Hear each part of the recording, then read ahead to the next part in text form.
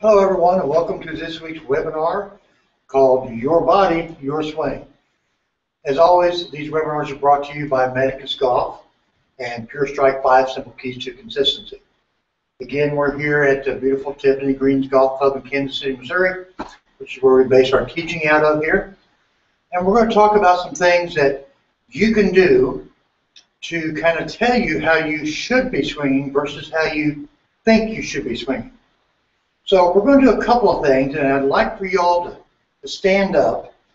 We're going to do some of these exercises together to give us a little more information about your physical makeup.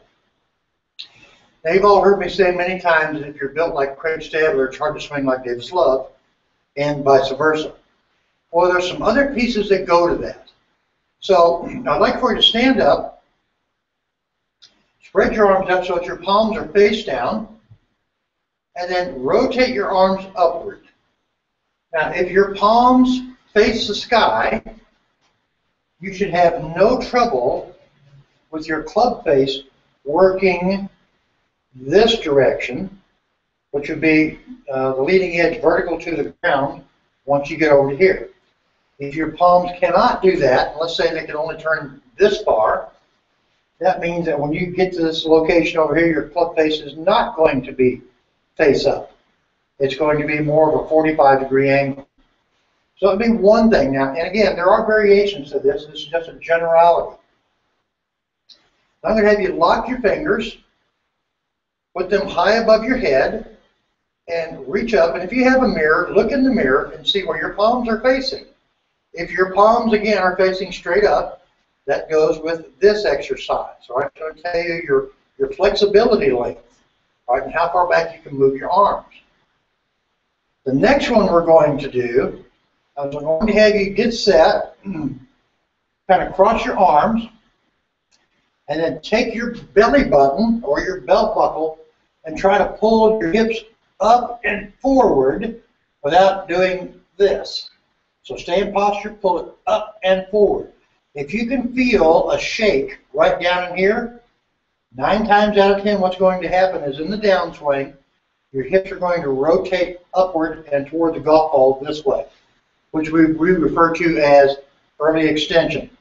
What that tells you, however, is you have a weak mid-core and a weak lower back, and there's exercises you can do to strengthen those up. And I would suggest you see your physio, the person you work with for your strength and conditioning. The next one, we're going to take your right hand or trail hand, put it behind, so the back of the hands are facing, and underneath the left hand. So it looks like this. Right hand's going underneath. From there, get in your golf posture. Without moving your shoulders, I want you to move your arms. Now, my arms moved just like this, which means if I had a club in my hand, that's where they would go. And from here, my swing plane would now gravitate upward. Okay? If my hands went like this to the side, and you'll see it from this angle, okay, this way, then that would mean that this is what it will look like when I take the club away, and now my plane is going to be even steeper. If my hands, again, not moving your shoulders, move out and away from me like this, that means out and away would be this, and your swing plane would be more around. So that's kind of your back swing plane. And again, those are generalities because we can surely make changes within those. And some of these things, my good friend Mike Adams and E.A. Tischler, they talk about it a lot when they're looking at player swing planes because we all think we have to do certain things. We all think that when we get to here, this club head should be level and parallel to the ground with the toe up. That's not the case unless your hands do that in the backswing. That little drill we just did. If your hands have a tendency to stay out more, then the club head would be outside your hands before it travels upward. Now we're going to take that same motion, right hand underneath the left, and I'll do it from this angle here so you can see it. Now I want you to make a backswing taking your arms to the top. That pretty much tells you the length of your backswing. So if you can't get your hands anymore without either breaking this left arm down or raising upward, then that tells you you're exceeding your flexibility. So again, you want to look at these things and tie these in. What are your hands doing? What is the length of your flexibility? For those of you that lack a little flexibility between the upper and the lower, and this is the next exercise actually, and then we'll go out, I'll show you the next one after that. If I stayed right here, now I want you to keep your upper firm, but turn your lower. So from this angle, it looks like this. Okay. Now we're going to keep the lower, turn the upper against the lower. All right, so we need to be able to separate those two. Some people do it to a bigger degree than others. So if I sit in this chair, I just put this club across my chest, and I turn away from the golf ball. You can allow your lower body to move a little bit. This, if you don't have a lot of flexibility, this is a great drill to do, to turn back and to turn through. Turn back and turn through.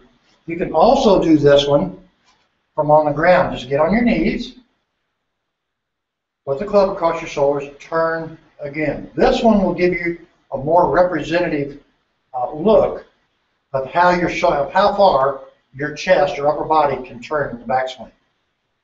Back, through. It's not necessary to have a 90-degree shoulder turn. Some people just aren't built that way. We hear a lot of things about how the hips move. So again, if I stood like this, and I put my hands right here on my knees, and now I just turn my hips in a backswing, in a three swing, and try to keep my shoulders as square as possible, you'll find out that you either turn more onto the right hip, turn more on the left hip, or stay in the center. I turn a little more in the center, even though I'm getting a lot of pressure in this trail foot. So don't think that you have to turn like this. This isn't a turn. This is not a weight shift. This is just moving your body off the golf ball. So, in the words of Homer Kelly, he talked about the free turn in both directions of the hips. What that allows you to do, if I put this on my hip line right now, I'll do it this way, it's a better angle. And you don't want to turn your hips level. See, that's my whole upper body moving over to the right. What I want to do, whether I'm going to stay in the middle, turn on this hip or turn on this hip, is as my hip is turning, it's also going to, my right hip is going to slant upward as I turn. Now I have a lot of pressure in this right foot, okay, but you can see my hip slant is going, let me get this out of the way of the chair, there we go. My hip slant is going upward. If you try to turn too level, you lose all your posture. So as your hip slant is going upward, that also makes you lose some of the flex in your right knee. Now, at the same time, when I come down the other way, okay, when I'm up here and I start coming downward, I'm going to shift some pressure to my lead foot before I get to the top of the backswing. And from there, I'm going to take this left hip, I'm going to pull it upward and inward, which again slants the hip and takes the flex, or starts to take the flex, out of the left leg, left knee. So your body will tell you what you can and can't do. For instance, we did this last week when we were talking about the plane. I'm going to talk about this again. So let's say in my downswing plane, I think that I have to move the club more way to the right. So in order to do that, that means that my lower core is going to fire forward, more towards, if this is home plate, let's say this is second base out here, first place, 12 o'clock if you want to use that, then my hips are going to fire more towards 10 o'clock. That's going to put the club back in this area for delivery, which means now I have to fire way outward. Those of you that we did the posture drill when I said pull this forward, and if you feel any shaking, the chances are you're going to go like that. That's pretty much what your club is going to do. It's going to go like that, which makes you lose your posture and the club fire out to the right. Now if I use my mid-core, then as I start with the mid-core, you'll see how the plane comes out a little bit different location. Okay? It's actually going to come out more where my right forearm is, like this. That's using the mid-core. And then if I use the upper core, which is my chest, and I make that same move, now you see the club comes out more in line with my left arm. So a little bit steeper angle of attack. Those are all determined by how the pieces of your body move. So again, lower core players have a tendency to shoot it off to the right. Mid-core players will get it more down on what we call their right forearm. And upper core players are still going to, they're going to shift your weight. They're going to feel more pressure moving to the left. It's actually pressure, not weight, but in the golf vernacular, most people understand weight shift. They don't understand pressure shift. So I've already got pressure loading into my back foot in the backswing, and as I get to the top, I'm going to start shifting my pressure to the left foot. So in slow motion, it kind of goes like that. Now from here, I've got to determine, am I going to go this way, or this way? And again, that has to do a lot with your downswing plane angle. So typically, people that arms are longer from the elbow to the knuckle, then from the elbow to the shoulder, are going to swing down on one of those steeper planes, okay?